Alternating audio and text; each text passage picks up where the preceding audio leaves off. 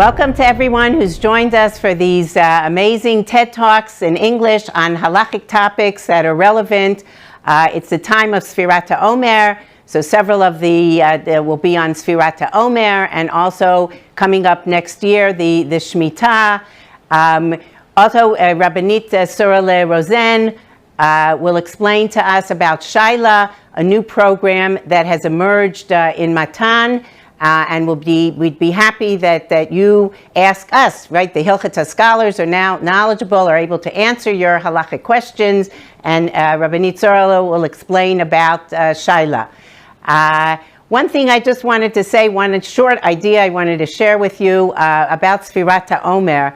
Right, the people we bring the first of the barley, the Omer, to an Omer, a measure.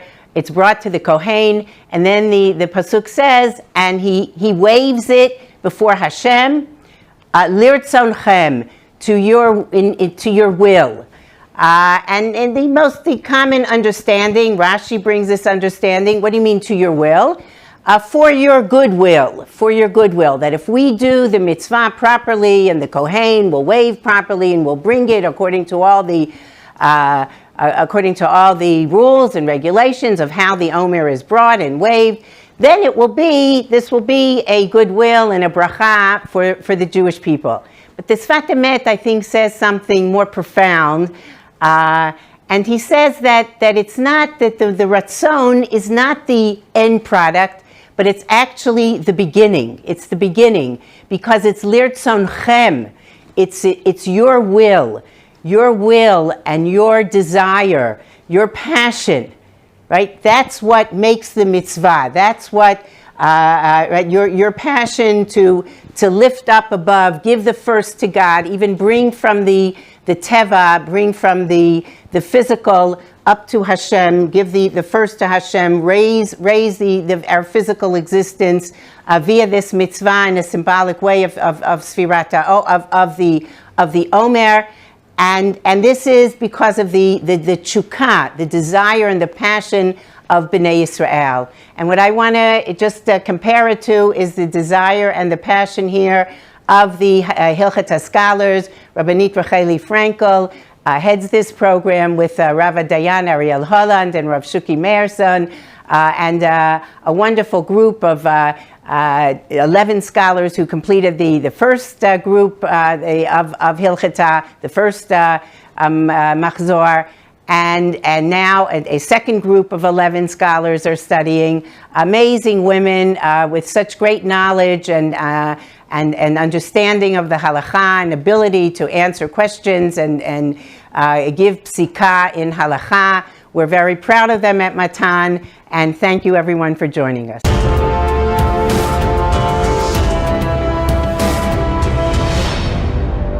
Good evening. מה עניין שמיטה אצל הר סיני? What does Shmita have to do with Har Sinai? That became the ultimate rhetorical question. It's a kind of question that says, what are you talking about? These two things have nothing to do with each other. But actually, the original question was a sincere question. What's the deep connection? Why do these things come up together? Why do we hear of Shmita immediately after Sinai? The Kli Yakar speaks of the journey or the counting that Israel did towards the Ma'amad Har Sinai. 7 weeks of 7 days, 49 days altogether from Pesach to Atzeret. And eventually there was that unbelievable gift of Torah Misinai. And that came with the blowing of shofarot and with the noise and the whole event around it. That shofar, he says, is equivalent to the shofar of a different occasion where you count 7 times 7. He says 7 years for a Shmita, and 7 Shmitot bring us to 49 years, and on the 50th year is the Yovel. And on the Yovel, you blow the shofar, v'karatem dror la'aret. You call all the lands to be free, to be returned, to be released. And he says that's a deep resemblance, because the freedom that is embodied by Yovel is the freedom of Luchot HaBrit. The Medrash says, Charut ala Luchot, engraved on Luchot HaBrit. You should not read engraved, you should read Charut, freedom, liberty. And that's the deep liberty that comes from a deep commitment, a choice to be committed. Naseh v'nishma. He also adds there that the wisdom that comes from Sinai is equivalent to Avira d'Eretz Yisrael shemachkim, the environment of Eretz Yisrael, the air of Eretz Yisrael that has a special wisdom that makes you wise, hopefully. So today we chose this array of topics, the counting of Sefirah towards Shavuot and everything that has to do with Shavuot, and the Shmita that we're going to experience here in Eretz Yisrael in just a couple of months.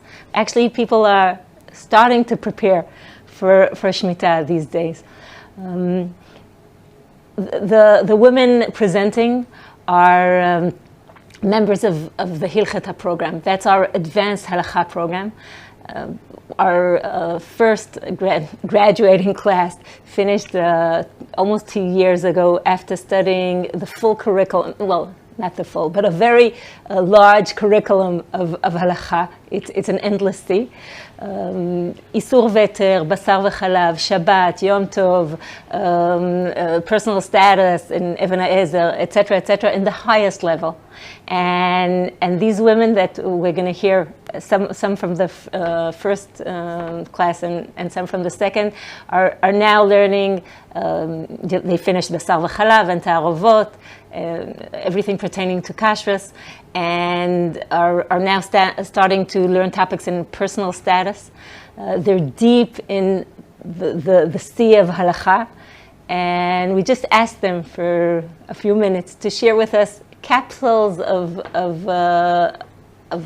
Torah and halakha that have to do with Shmita and Har Sinai. So I hope we all enjoy it. Good evening.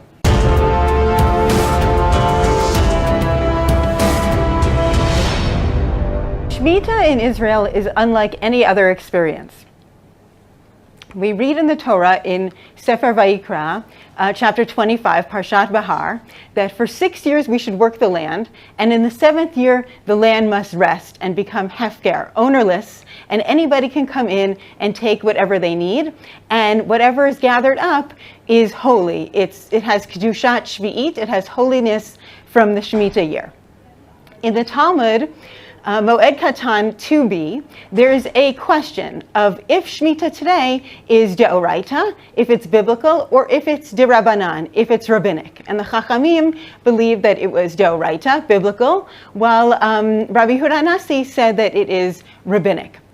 And one reason why it's rabbinic is that we no longer count the Yovel, we no longer count the 50-year Yovel cycle the way that we did in the days of the Torah. And as well, we don't have most of the Jewish people today living in the land of Israel, and we certainly don't have them living in the place where their tribes will live. But the demographics are changing, and more and more Jews are returning to the land of Israel. And unfortunately, many Jews are disappearing from the diaspora. So it could be that in the upcoming Shemitah years that we will move it over to a biblical mitzvah. But for now, it's still a rabbinic mitzvah, which means that there is flexibility as far as some leniencies in observing the mitzvah. Now, in the land of Israel, in the modern state of Israel today, the mitzvah of Shmita is not just something that we read about in the Torah. The mitzvah of Shmita is a part of our lives the entire 7th year, which is coming up this fall, as well as for months after it ends. Which means that everything that we do during the Shemitah year reminds us that we have to consciously be careful when we're shopping, that we can't just go anywhere and buy anything, but we have to be very careful of where we're going and what we're buying. Some prefer to avoid Shmita altogether. And how is this done? They buy what's called Yevul Nochri. They buy produce that's grown in Israel, but on land, but it's grown by the non-Jewish populations in Israel, and it's on land that does not belong to the Israelis.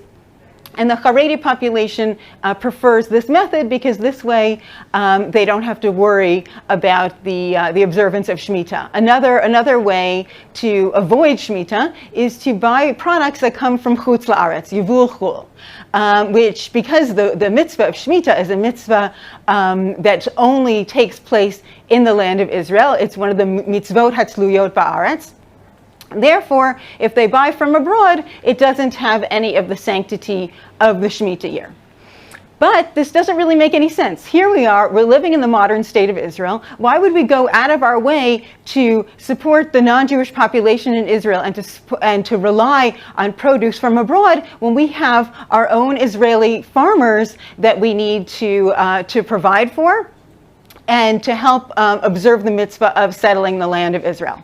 So, and the Ramban, Nachmanides, actually says that it's a mitzvah. In his Sefer HaMitzvot, he calls it mitzvah number 3, to actually eat the produce of the land of Israel, that when you're eating a fruit of the Shemitah year, you're actually observing a mitzvah. So why would we give that up and get from outside of Israel or get from the non-Jewish population when we could observe the mitzvot right here? Now, one solution would be to do what was done since biblical times, which is basically if you had a field or if you had a farm or a garden, you would leave the gate open and anybody could come in and take what they need. It would be considered hefker, which is very nice. If somebody has a lemon tree, then their friends can take lemons, and if somebody else has a pomegranate tree, their friends can take pomegranates. The only problem is that there's not enough that would be grown this way, and we wouldn't be able to buy as much as take as much as we need the way that we would buy in the supermarkets. So there have been other solutions to make up for this, and one of them is called the Otsar Beit Din. And the idea of the Otsar Beit Din, which goes back to the Tosefta in Shvi'it 8:12, where it talks about the idea of the Beit Din, the court, taking over the farms during that year, taking over the fields, and they're in charge. The court is in charge of harvesting, and the court is in charge of delivering, and everything that's brought out is considered hefker. And this is what the Chazon Ish really pushed for, the idea of Otsar Beit Din. And the way that it works today is that the court is in charge of taking care of the harvesting and the delivering, and then there are certain points where there are small stores set up that sell the Otsar Beit Din produce, but we don't pay for the produce. We only pay for the work that's done in getting the produce to us, whether it's the packaging, whether it's the delivery, whether it's the harvesting, but we're not paying for the actual produce, so the produce keeps and maintains the holiness of Kedushat Shvi'it. It maintains the holiness of the Shemitah year. Another solution which would support the Jewish farmers is the solution of the Heter Mechira. Literally like selling your chametz, we take the land of Israel and it's sold for that year. The plots of land are sold for that year to a non-Jew. So in this way, the Jewish farmers still are being supported, but it's as if the land is not owned by a Jew. And this really took off in the year 1889. Rabbi Yitzchak Elchanan Spector was approached by the Chovei Tzion, the rabbis from the Chovei Tzion movement, and they really established this Heter Mechira at that time. This is when the new Yishuv came into the land of Israel. There was very little food. There weren't that many Jews here. They wanted to make sure that whoever was here would be able to survive. And therefore, the Heter Mechira was put into effect, but it was done on a temporary basis. It had to be renewed every time there was another Shemitah year to see if there was still a need. So it was renewed 3 times, and then in the year 1910, Rav Avram Yitzchak HaKohen Cook chief rabbi of what was then the land of Israel.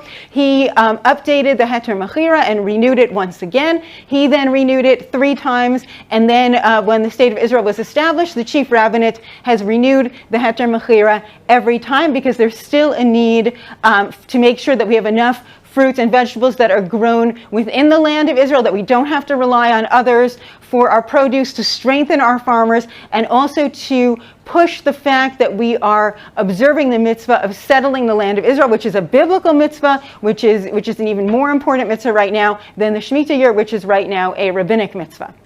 So the Heter Mechira is one good way to go. Another good way to go is that actually during the 6th year, the year that we're in right now, a lot can be harvested and saved for the 7th year. So when you're actually buying food in the supermarket, even though it's the 7th year, it often may still be from the 6th year. One of those products would be potatoes that are able to be refrigerated for a while before they're sold. Another way to support the Jewish farmers is through matzah minutak. Things that are grown that are not grown in the ground, but rather they're grown outside of the ground. For example, they're grown in a flower pot that's closed on the bottom, or they're grown inside of a building, or they're grown inside of a hothouse, or they're grown through hydroponics, through water.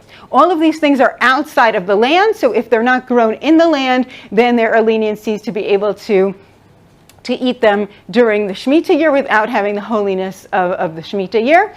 As well, there are the borders of Israel from the time of the Second Temple, which were the Shemitah borders, lands that were not yet conquered during that time. That would be the southern Arava and Eilat. So if something is grown in that area, and it's important to check with a halachic authority to make sure that you know exactly what that area is. Some of that area does not have the mitzvot of Shemitah applying to it, and therefore you can still support the farmers and not have to take the extra Shemitah precautions. So these are all ways that we can support the Israeli farmers, but every time I go to the supermarket, I have to keep this in mind and decide where I want to shop and what I want to buy. I know that I don't want to go to the supermarket that's closest to my house, which only sells produce that's grown either by non-Jews or produce that's brought in from Chutz La'aretz. It's very important for me to support the Israeli farmers and make the Yishuv of Eretz Yisrael, the settlement of the land of Israel, stronger. So I would rather go to a place that sells Otzar Beit Din, even if it's a little bit further away, even if the products may not be as nice, because you have to do minimal work to maintain them during the Shemitah year, but I'd rather do that if I can. Sometimes the Otzar Beit Din doesn't have everything that I need. There's another supermarket near me where every product has listed above it where it comes from. So I know if I'm buying matzah minutak, if it's something that's grown outside of the ground, or if it's from the Arava area or Eilat, or if it comes from Chutz La'aretz, from abroad, and then I can decide what I'm comfortable with buying. But everything is really out there for us to be able to pick and decide what we want. What we want. Another option is to get from the Heter Mechira. Those are the main supermarket chains in Israel. All the non-Haredi main supermarket chains in Israel use the Heter Mechira, and you'll find the same selection of fruits and vegetables from a regular year, which is important because it's supporting the Israeli farmers. It's making sure that the secular Israeli farmers continue to follow the rabbinate and follow the Heter Mechira, so that they're keeping Shemitah as well. So it's important to support them as well. Now, once I get home, I haven't finished my Shemitah adventures yet, because when I put away my fruits and vegetables, I have to figure out what was from Otzar Beit Din, right? If the fruit or vegetable has a holiness of the Shemitah year, I can't treat it like I would treat anything else. For example, if it's supposed to be eaten raw, I can't cook it. If it's supposed to be cooked, I can't eat it raw. If it's not supposed to be juiced, I'm not allowed to juice it. Even when I'm preparing my meals and I want to peel a cucumber or an apple, Those POs can't be thrown into a regular garbage can. They have to be put into a Shmita garbage, which means either that I would put it into a separate garbage and let it rot until it can be thrown out, or put it into respectfully close it into a plastic bag, and then it will decay there. Even if leftovers are left after a meal, if they're from the Otzar Beit Din, they can't be thrown in the garbage. If somebody has extra grape juice or wine in their cup after Kiddush, it can't be thrown out if it's from the Otzar Beit Din wine, and it says on the package if it is Otzar Beit Din wine, so it's important to be careful to look for that as well.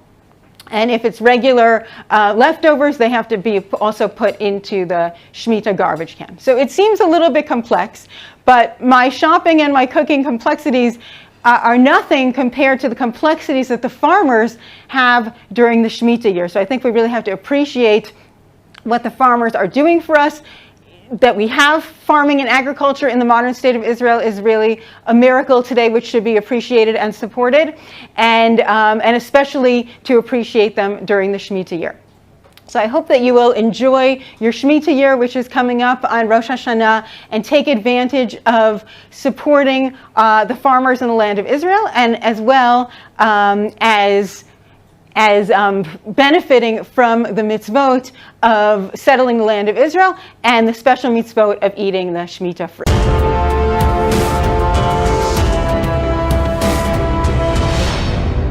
Shemitah's here again. It happens every 7 years. And when we come towards Shemitah, we talk about all kinds of things, but mostly we talk about the solutions. We talk about how in the world will we survive a year without working the land. Before we talk about solutions and the halachic questions surrounding the solutions, I want to talk a little bit about the essence of Shemitah. And we'll start with the Psukim. So in Sefer Shmot, the Psukim talk about caring for the poor. They talk about this idea that when everyone stops working for a year, we're all equal. It's kind of like a social equalizer. The Psukim in Vayikra have a little bit of a different angle. And there we talk about Hashem's presence and realizing that the land isn't really ours. Kilia Aretz. Shemitah there is very closely connected with Yovel. And Yovel is a time where we let everyone go free, all the slaves go free, and the land all returns to its previous owner. And also in Vayikra we talk about Shabbat Aretz, giving the land a rest.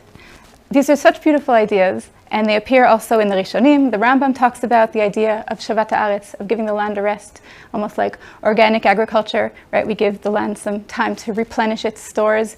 And he also talks about the idea of letting go and realizing that Hashem is in charge here. And also the Sefer Chinuch talks about these ideas. He talks about how it affects who we are. We remember, we strengthen our midat bitachon, we strengthen our midat vatranut, our ability to let go of our possessions and lafkir otam, to let others use our possessions, our agricultural possessions. All this is so beautiful, but when we come to Shemitah today, again, we don't live in an agricultural society, and we come to Shemitah mainly looking for solutions. Now, when we discuss these solutions, one of the important questions we have to ask is whether or not Shemitah today is the Rabbanan or Deoraita, if it's a Torah command or a rabbinic command. Why do we have to ask that question? Because most of our solutions are based on the idea that Shemitah is actually only a rabbinic command. Therefore, we have a lot more leeway with our solutions. If we want to say that Shemitah is Deoraita, then we're a little bit more stuck. So let's go into that a little bit. It's a very big topic, but we're going to kind of pick out the main sources. So is Shemitah today the Rabbanan or Deoraita? One of the basic sources is a source in Masechet Shvi'it in Yerushalmi that seems to say that once Bet HaMikdash was destroyed and Am Yisrael went into exile, Shemitah is the Rabbanan. That seems like a great source, and yay, the Rabbanan, right? So maybe not. The Rambam does not paskin this statement in the Yerushalmi, but we have other statements in the Gemara in Masechet Erchin. There's a statement that says that as long as not all of Am Yisrael is in Israel and they're not divided into their tribes, then still Shemitah is not Deoraita, and still we can say that Shemitah is Derabanan. Now, when you look at the Rishonim, there's a bit of a machloket, and it's not so clear. When you look at the Rambam seems to talk about Shemitah being Deoraita only in a case when Kol Ha'am Be'artzo, the whole nation. the problem with that is he says it about a situation when we know not the whole nation was in Israel. In the time of Shivat Zion, when the nation came back from Bavel, the Rambam says that mitzvot tliyot ba'aretz, not just Shmita, were a Torah obligation. Now, some explain that he didn't really mean the whole nation, he meant most of the nation. Now, most of the nation is a little bit tricky today. I don't know how many of you are aware, but we're at a time when I think not most of the nation yet, but very soon it seems that most of the nation will be in Israel. So if we want to go in that route and say that the defining point of whether Shmita is D'Rabbanan D'Oraita is most of the nation, then this Shmita we might still be okay, but next Shmita might already be a problem. In general, we have a few poskim. To list a few, we have Rashi, Tosfot, and the Rashba, the Ritva, the Ran, I could go on, who really seem to say that Shmita today is D'Rabbanan, based on the fact that they would say that in order for Shmita to be D'Oraita, we really need Kol ha'am be'artzo, and we need the Beit HaMikdash to be built, and we need the extreme definitions like we saw in Masechet Arachin, the extreme redemption situation. According to the Rambam, it's questionable. It's not so clear if Shmita is D'Oraita or D'Rabbanan today. We also have a group of poskim that say that today Shmita is not only D'Rabbanan, they call it an act of Chassidut, which is kind of an act that's excellent and good, but it's not totally obligated. This is the Raavad, the Meiri, and Baal HaMaor. So at the end of the day, we can say, Yesh al mi lismoch. We're okay. If we decide that Shmita is D'Rabbanan, then we're safe. But do we really want to say that? Do we really want to say, Shmita is only D'Rabbanan because Beit HaMikdash isn't built yet? We really want to strive for Shmita to be D'Oraita. Or, I should say it in other words, we're striving for Geula Shlema. We're striving for the redemption and the rebuilding of Beit HaMikdash. So even if we can say Shmita today is D'Rabbanan, which seems to be a very, it's an option, it's a very supportable position, we have to start thinking, in my opinion, of how we prepare for the time that hopefully will be very, very soon, that Shmita will be D'Oraita. And I want to just open up a couple directions that I think we have to think about.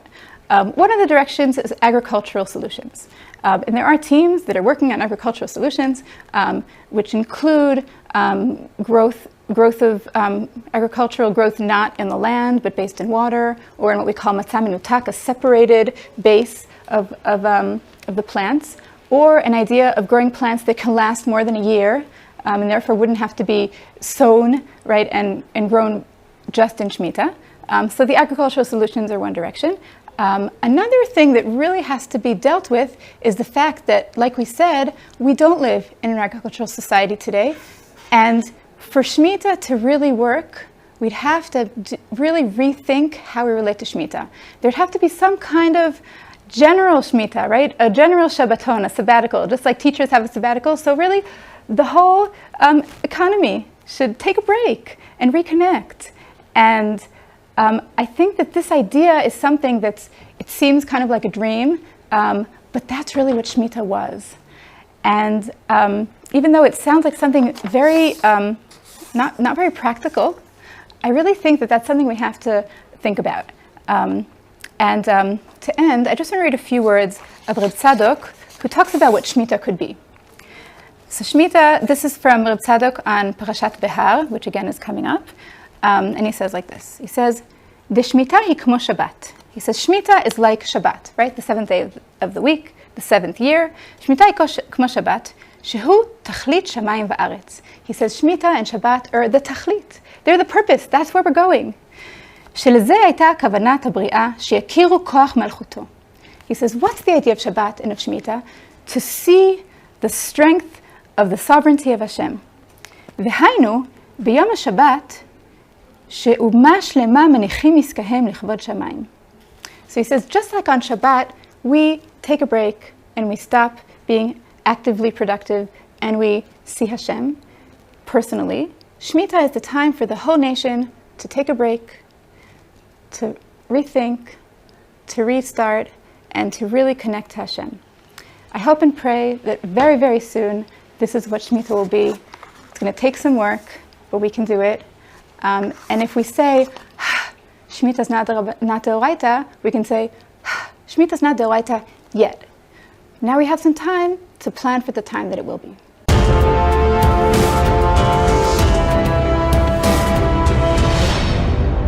Today we're going to discuss a question that arrived at Shaila.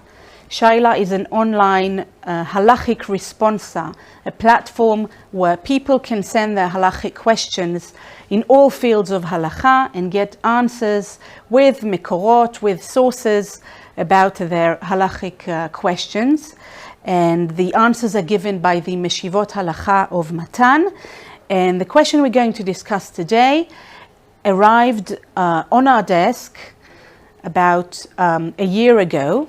It was a daughter who wanted to donate her hair on her mother's yahrzeit. And the yahrzeit falls during Sefirat HaOmer, where there's a prohibition to take a haircut. And she was asking whether, for the sole purpose of donating her hair to people sick with cancer, for making wigs for people who are sick, can she donate her hair? On her behalf, she's not interested in taking a haircut. She prefers her hair to be long. She's only doing that in honor of her mother's yahrzeit.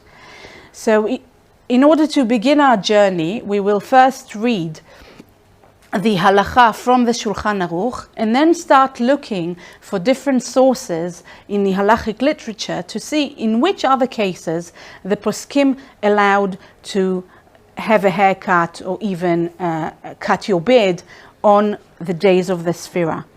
So the Shulchan Aruch mentions, Nohagim shelo listaper ad Lag BaOmer. It is a custom, it's a minhag, not to take a haircut till Lag BaOmer. שאומרים שאז פסקו מלמות. Since on Lag BaOmer the plague stopped. And the Ramah mentions that this minhag was kept differently in different kehilot. From what date till what date are you not allowed to take haircuts? And I want to use the Ramah as the main posek or the mainstream psika in order to examine whether in this particular case we can say that although there's a minhag Israel that has been kept for generations, in our particular case we will be able to enable the daughter to donate her hair during the Sefira. But before we reach the Ramah, I want to do a little journey through other poskim. The first is the Shut Zera Emet, the Shut written by Ishmael HaKohen Mimodena, who was one of the major Italian poskim. He died in 1811, and he writes that he was asked a question about a special meeting that was organized in the political arena where the Jews of a certain community were invited to participate. And those members of the community were asking him whether they will be allowed to cut their beards and to have a haircut in order to appear before the politicians in a respectful manner. And he answers that of course they can, for two reasons. One is that this is not going to happen again, right? This is a one-time opportunity, and if they're going to appear, to show up, not in a disrespectful manner, it's going to cause hatred towards the Jewish community, and therefore they should be able to take a haircut and present themselves before the politicians of the community. Another posek, who is the Aruch HaShulchan, Yechiel Michal Halevi Epstein from Novardok, mentions that it is a well-grounded minhag. It is a minhag that was kept widely in the community. וכן נהגו במדינות אלו שלא להסתפר בימים אלו. And he also adds the sanction. So if anybody doesn't keep it, he gets a sanction from the community. But in the same breath, he says, ופשוט הוא דאם צריך לבריאותו להסתפר דמותר. But if somebody has a need to take a haircut because of medical reasons, it is obvious that it is mutar. You don't even need to ask if you're allowed to. And if we take Aruch HaShulchan's reason together with Shut Zera Emet, we already have two poskim that on two different occasions allowed people to take haircuts during the Sefira. And we have yet another posek of our time, which is the Shuti Grot Moshe of Rav Moshe Feinstein, who died in 1986. And he's asked about people who go to work, and it is considered disrespectful to come to work with an unkempt look. And people were asking whether, for the sake of keeping their workplace and showing respect to their workplace, are they allowed to cut their hair and cut their beards? And he says explicitly, ובימים שבין הספירה יהיה לו הפסד ממון, אז מותר. If there's any slight danger that he's going to lose money or lose his parnasah chas v'shalom because he comes in an unkempt manner, in a disrespectful manner to his workplace, it is allowed to take haircut, כי לא נהגו במקום הפסד, because this minhag was not enforced where somebody is going to lose money or to lose his parnasah because of keeping this minhag. So far, we have seen 3 poskim that for 3 different reasons allowed to take a haircut during the Sfira, right? So we have a proper appearance before Gentile politicians, we have a medical reason, and now we also have financial loss.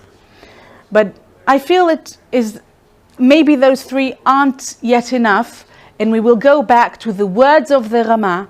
And the Rama says the following, in Hilchot Ben HaMetzarim, during the time between Yud Zayin Betamuz and Tisha B'Av, he brings the Maharil, an early Ashkenazi posek, who says, if you get to eat a fruit that will not be here, you will not be able to take hold of it because it stops growing after Tisha B'Av, and you want to say Shehechiyanu on this particular fruit, this is called Tzorech Mitzvah. And for this Tzorech Mitzvah, we allow you to say Shehechiyanu during the 3 weeks. We can see that since the Rama brought Tzorech Mitzvah during the 3 weeks, we can also translate Tzorech Mitzvah into the days of Sefirat HaOmer. So what kind of mitzvah are we talking about? Well, we have the mitzvah of Bikur Cholim, right? When we come to visit the sick.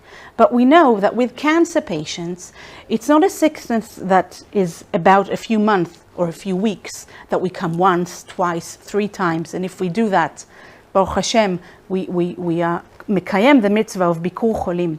But for the sake of donating hair for somebody sick with cancer, we can say that this is an ongoing mitzvah, because we have a mitzvah of making this person happy, of making this person feeling comfortable to move around society, to move around without being labeled as somebody sick. So since this is a mitzvah that we keep by basically donating our hair for making wigs for people that will be happy to be wearing the wig, that it will be relief for them to wear the wigs, we can say that for this Tzorech Mitzvah, in addition to all the other reasons we had in the poskim, that the daughter will be allowed to donate her hair on her mother's yortzeit, even though it falls on the days of the Sfira. I welcome you all to send your questions to Shaila. We're here for you on WhatsApp, on phone, through email. Go to the Matan website, we're there.